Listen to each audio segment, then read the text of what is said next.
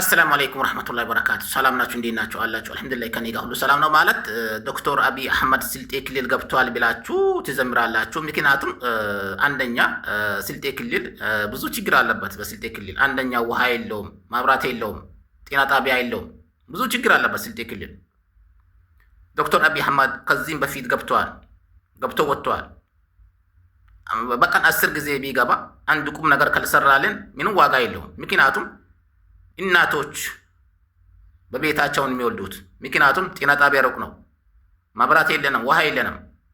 እናቶች ህፃናቶች የኩሪ ውሃ ነው የሚጠጡት። ስለዛ ዶክተር አብይ አህመድ ስልጤ ክልል ገብተዋል ብላችሁ ዘህማ ታደርጋላችሁ። ለእኛ ዶክተር አብይ አህመድ በቀን 10 ጊዜ ስልጤ ክልል ቢገባ አንድ ጉድጓድ ውሃ ካላስቆፈረልን ወይንም ጤና ጣቢያ ካልገነባ ወይንም ማብራት ካላገባልን ለኛ በነፃ ገብቶ ማውጣቱ ለኛ ምንም ትርጉም አለው ብዬ አልገምትም።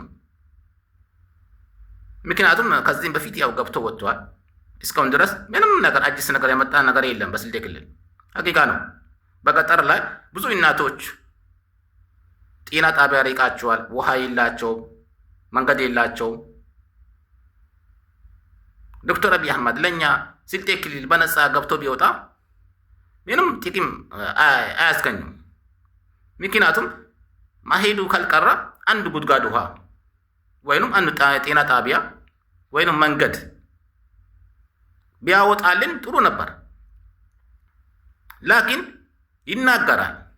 ይናገራል፣ ቁም ነገር የለውም።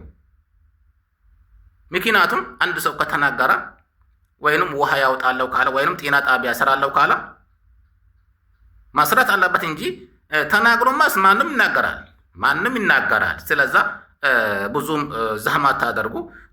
የስልጤ ክልል ገብተዋል ትላላችሁ።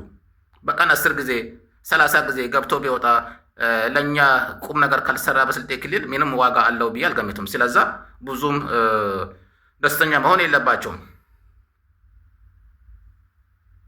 ስለዛ ዋና መንግስት ስልጤ ክልል ማግባቱ ጥሩ ነው፣ ግን አንድ ቁም ነገር ካልሰራልን ለእናቶች ወይንም ጤና ጣቢያ ካልሰራ ዝም ብሎ ማግባት ዋጋ የለውም ወይ?